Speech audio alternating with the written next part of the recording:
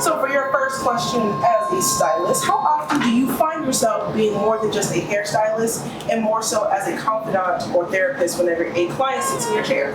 Every day. All the time. Being at a beauty salon or being a barber, being a stylist, it seems like once you get in their hair, people just start to open up to you. Something about you massaging their scalp or something. You know, people always joke that everybody talks to their priest and their hairstylist, and that is true.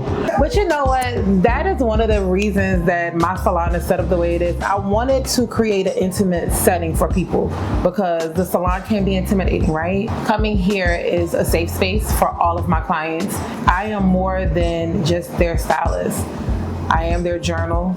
Sometimes I'm their prayer partner. I am the shoulder for them, and sometimes I have to hold them up. When I first did the big chop, my stylist, she was more concerned than I was. But when she cut my hair, it was just like,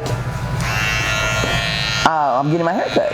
It was like, this is just a new part of my life. I am trying something new. For the ladies, they typically do tend to shed a tear in the beginning.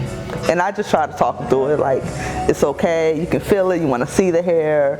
But afterwards, they're like, oh my gosh, thank you. This is exactly what I wanted, and that they feel some type of relief and peace, and knowing most of the time they're happy they just don't have to do their hair every day anymore.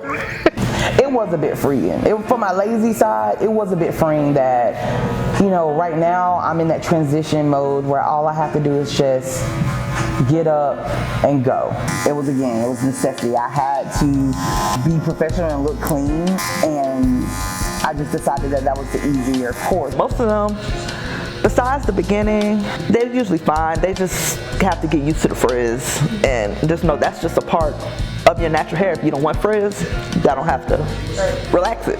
And I don't knock anyone who wants to use the relaxer, because it does help, especially if you don't know what you're doing, or if it's just too much work. You're like, okay, I'll try being natural. It's not for everyone, which is okay. So I have no problem putting relaxer in your hair if that's what you choose to do. Just don't try to press your beliefs on me. It's my body. It's my hair. I don't care, and I feel like we all should get to that point where we really don't care, because our hair does not determine our skill set. Our hair does not determine our work ethic. Our hair does not determine any of those things as we go into society. It is just expression of who we are. I've had locks we just looked it up, it's going to be 10 years next month. The funny part was my hair never really grew a lot, or I thought my hair didn't grow until I got locks. And then once I saw, oh, you know, I cut it and they come right back, then it really wasn't a thing. Like, okay, it's getting long, let's cut it out. I don't have this fear anymore if I'm not going to have hair. It definitely comes back. So when I did it, I had to do a lot of research, or I was doing it before I made the decision, because it is a journey of, for me at least, learning yourself and being okay with yourself. Because one of the common things I saw when I was, you know, doing my journey on locks, they're like, you're going to go through an ugly phase. And I hate to say ugly phase, but a phase where they don't look the way that you think they're going to look. For the Black community, our hair is such an important asset to us. It's one of our favorite, and I want to say just one of our most savored accessory. So when I was younger, I was typical, had perms, so hair broke off constantly and everything. When I did the first big chop and then I saw that it came back, that was my first thing of like, okay, well, yeah, I cut it off, it's gonna grow. And then when I went to locks, I was kind of nervous because I always heard that, okay, well, if you get locks, if you don't like them, you have to shave your hair and cut it all off. So when I started 16 years ago, the locks journeys have come a really long way. Even though that's not a really, really long time, but when I first started my locks, the natural hair boom was happening. And at that point, I had done so many things with my hair. I think I was just ready for something new. And I absolutely love them still to this day. And I don't know if I can see myself without having them. God forbid nothing else happens. I think like in the past, people said dreads or dreadlocks, and you came up with a certain type of image. And that was like my mom's thought when I first told her I was doing this. They have free-form locks, they have all these things, but that wasn't the image I was going for. It does kind of have a negative connotation because people automatically think that, okay, locks or dreadlocks, whatever, they're not going to be clean. They're going to smell. They're going to do all, you know, so I use the term locks because people think differently when they say dreadlocks, but it's the same thing. I've never personally received any negative. Now, I have had clients who were afraid to go into corporate. They wanted to start the journey, but they were afraid of how they were going to be seen or accepted, or if they would get through the interview process. Now times are evolving a little more with the Crown Care Act and with people just standing up and saying, no, this is my hair, this is how it grows out of my scalp. I see more and more people becoming more accepting of it, but I have had other people talk about, you know, family members saying those are not cute, or those little worms in your hair. When is this phase going to be over? So I've heard those things before, and it makes me a little sad, but what I do know is in the end, when they fully matured and their locks are beautiful, then everybody starts asking the questions, oh, well, tell me more about your locks. The same ones who were talking negative is now like, well, I think I might want to try. So it always turns out for the best. I used to try the twist outs, you know, try that, and then wake up and my hair is mushed together, and then I got 20 minutes to get dressed. I don't have time to fix my hair. I mean, I think if it was a little bit more easier to manage, I would have stayed, you know, natural, but it was just causing me to have more damage natural than to be relaxed. So I've noticed my hair is a lot more healthier in the relaxed state than it was in the natural state. I want to say I went natural when I went to college, maybe around 2016, because I was still relaxed when I was my freshman year, because that was the thing in high school, was relaxed hair. And then I went to college, everybody was natural. You'll be surprised how many people are relaxed.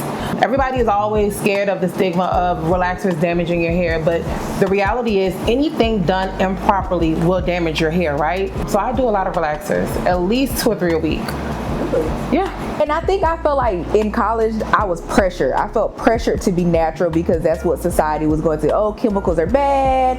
And you know what I experienced in my natural hair, you know, I wore wigs and braids and stuff like that, and it still was damaging to my natural hair because I wasn't knowing how to properly take care of my natural hair. They're always nervous. She was nervous too. I remember because she came and she had so many questions, and I'm like, girl, just get the relaxer. Well, I don't know, and I'm this and I'm this, and I'm like, there's different levels to it, but anything done properly, you're gonna be fine. Once it's done and they see it and they're actually living and it's making their day-to-day life easier, they love it.